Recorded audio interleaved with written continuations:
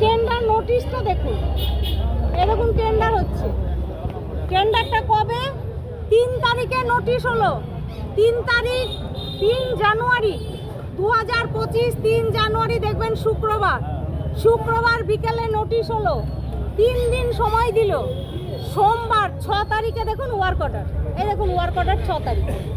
মাঝে দুটো দিন কি শনি আর রবি। নিয়ম কি? আপনি অফলাইন টেন্ডার করতে পারেন, কিন্তু কখন? যখন 1 লক্ষ টাকার নিচে হবে। এখানে টাকা কত আছে? এখানে দেখুন টাকা আছে 9,88,000।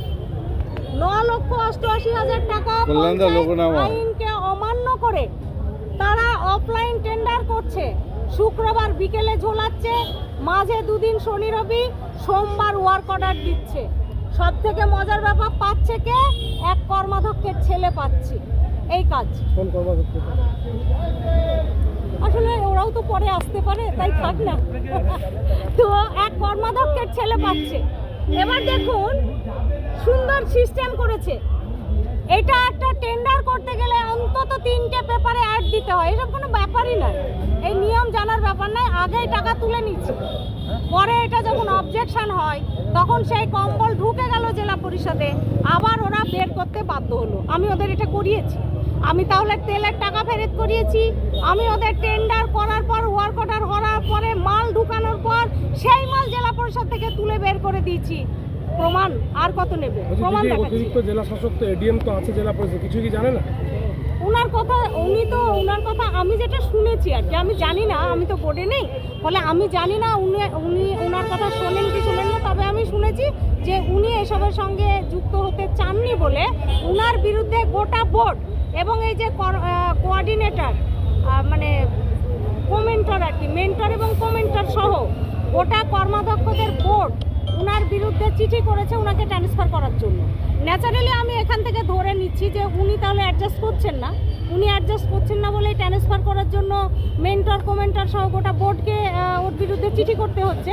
তো চিঠি করার পরে ওনাকে এখনও সরাননি, জেলা পরিষদেই আছে। সেই জন্য আমি ধরে নিই যে উনি হয়তো পারছেন না, বা কোথাও পারেননি, বা কোথাও ওদের সিস্টেমে অ্যাডজাস্ট করেননি, জেনে শুনে চুপ করে থাকতে হচ্ছে। মানে ওর উপায় নেই হয়তো, বা কারণ ডিসিশন মেকার হচ্ছে বোর্ড। উনি তো executive on behalf of DM. তিনি ডিএম এর হয়ে এক্সিকিউট করবে, যে অর্ডারগুলো ক্যারি করবে বা যে ডিসিশনগুলো নেবে। যে টেন্ডার বলছেন প্রায় 9 লক্ষ টাকা, 2 দিনের মধ্যে এভাবে যদি টেন্ডার হয়ে যায় উইদাউট অ্যাডভার্টাইজ, সেটা তো জেলা পরিষদ যিনি রয়েছেন এডিএম তিনি তো জানবেন যে এই টেন্ডার হচ্ছে। তা তো জানা অবশ্যই উচিত, তার তো অবশ্যই জানা উচিত। তো সেখানে আমি জানি না, এখন তো আমি তো বোর্ডে থাকি না, ন্যাচারালি আমি জানি না। এই নিয়মটা হচ্ছে যারা বোর্ড মেকার, যারা পলিসি মেকিং করবে, ডিসিশন নেবে, সেটা এক্সিকিউট করার দায়িত্ব ওনার কিন্তু পলিসি নেওয়ার দায়িত্ব না। এইসব দুর্নীতির জন্যই কংগ্রেসে যোগ দিলেন? 100 বার। দিদি ঘর আপসি করে দাঁড়ান, আমার এভিডেন্সগুলো দেখাতে দিন, মজা। তাহলে 2023 সালের অক্টোবর, নভেম্বর, ডিসেম্বর বললাম আপনাদের। এবারে দেখুন, তাহলে কারেকশন হওয়ার কথা 2024 সালের জানুয়ারি। দেখুন এই ফুয়েল চুরি 2024 সাল, দেখুন 1834 লিটার। আমি যখন সহকারী সভাপতি ছিলাম, আমি যখন কৃষি সেচ সমবায় কর্মাধ্যক্ষ এবং মহিলা সভানেত্রী, তখন মনে হয় মুর্শিদাবাদ জেলা আমি সব থেকে বেশি চষতাম। আমার 300 লিটারের বেশি কোনোদিন রেকর্ড নেই আমি তেল নিয়েছি সারা মাসে। রেকর্ড আপনারা জেলা পরিষদে চলে যান, দেখতে পাবেন 300-র বেশি ফুয়েল আমি মাসে কোনো দিন তুলিনি। এত মুর্শিদাবাদ জেলা চষে। যেখানে সভাধিপতি যে ফুয়েল নিচ্ছেন, এই ফুয়েলে হিসাব করুন আপনারা, যা কিলোমিটার এবং ফুয়েল, তাতে একটা মানুষ যদি 30 দিন গাড়ির উপরে শুয়ে থাকে, 24 ঘন্টা গাড়ি চলে, তাতেও এই ফুয়েলটা শেষ হবে না। আমি তেল চোর আমরা বলবো না? আমি অনেক জায়গায় লিখিত দিয়েছি, অনেক প্রুফ সহ। না সিএম, না জেলা, না ডিএম, প্রশাসন, না জেলা পরিষদ, কেউ এর বিরুদ্ধে ব্যবস্থা নেয়নি। স্বাভাবিকভাবে আপনারা লক্ষ্য করুন, আমি একটা মজার জিনিস দেখাচ্ছি আপনাদের। দেখুন কিভাবে টেন্ডার হয়, কিভাবে দেখুন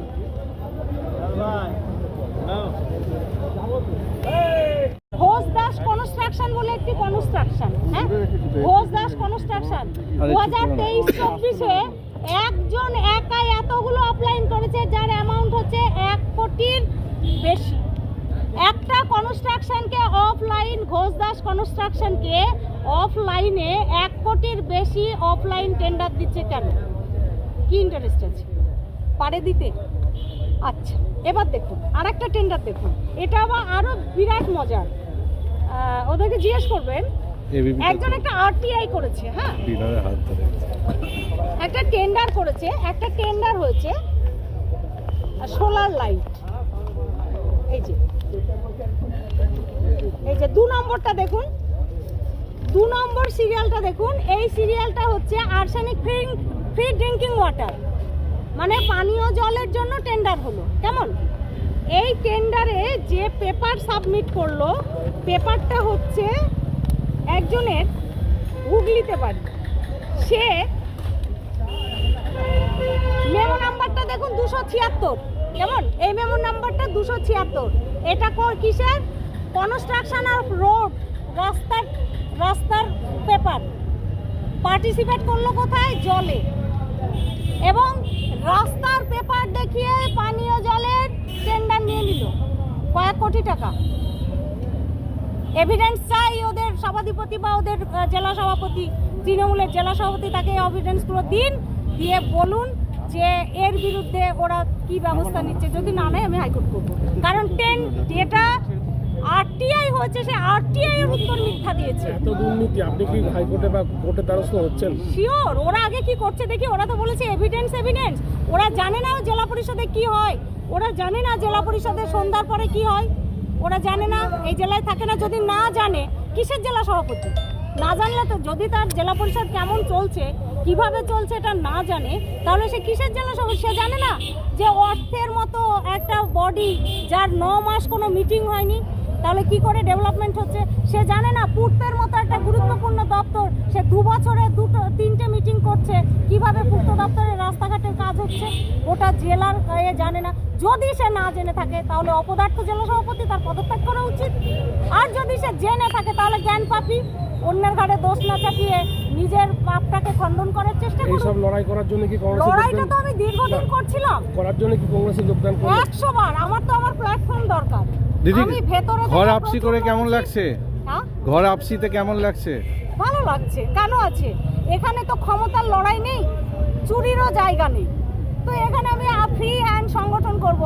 আমার যেটা করতে ভালো লাগে, আমি সাংগঠনিক লোক, আমার সংগঠন করতে ভালো লাগে, আমি সংগঠন করব।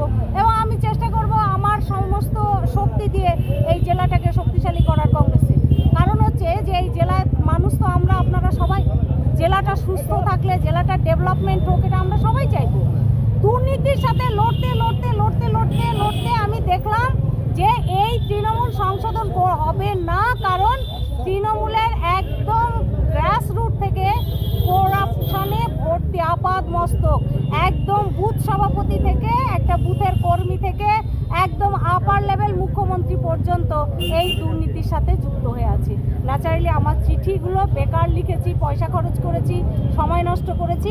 আমি দেখলাম যে দলের ভিতরে থেকে দলকে আমি অনেক মার্জিত সংযত হওয়ার চেষ্টা করেছিলাম, হলো না। আমি তো দুর্নীতির সাথে আপোষ করে চোরের জেলা পরিষদের তকমা নিয়ে থাকবো না। তো আমি স্বাভাবিকভাবে জেলা পরিষদ থেকে রেজিগনেশন দিয়েছি। এবারকার লড়াইটা আমার ওরা দেখবে। আমি ভেতর থেকে যে লড়াইটা করছিলাম, হ্যাঁ ছিলাম। শুনুন, মহিলারা না, ওদেরকে গুরুত্ব দেয় তৃণমূল। যেদিন সিএম আসে সেদিন ওদেরকে নিয়ে এসে সামনে বসায়। একটা মেয়েকে না টিকিট দেয়, একটা নেত্রীকে। ওরা তো ওদের বউদের টিকিট দেয়, ওদের মানে কাছের মানুষ যারা মহিলা তাদের টিকিট দেয়। তারা তো যারা সংগঠন যারা করেছে তাদের কাউকে টিকিট দেয় না। তো স্বাভাবিকভাবে আপনি কি ভাবছেন যে তারা তৃণমূলে খুব খুশিতে আছে? তারা তৃণমূলে যায় গাল দিতে, আবার ফিরে আসে গাল দিতে। তো তারা যদি মনে করে আসা দরকার আছে, তো অবশ্যই তারা আসবে। আপনি একটা জিনিস ভাবুন যে আরটিআই এর উত্তর জেলা পরিষদ মিথ্যা দিচ্ছে। তা আমার ভেতরের রূপটা, শাহনাজ বেগম প্রশাসনিক বৈঠকে জেলা পরিষদের মধ্যে এমএলএ, এমপি, পঞ্চায়েত সমিতির সভাপতি সভাপতিদেরকে বসিয়ে রেখে কোশ্চেন করেছি, ডিএমকে বসিয়ে রেখে কোশ্চেন করেছি।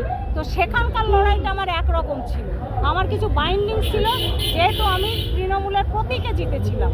ন্যাচারালি আমি এখন রেজিগনেশন দিয়েছি, প্রতীক মুক্ত। আমার বাইরের লড়াইটা এবার তৃণমূলকে দেখতে হবে। Thank you.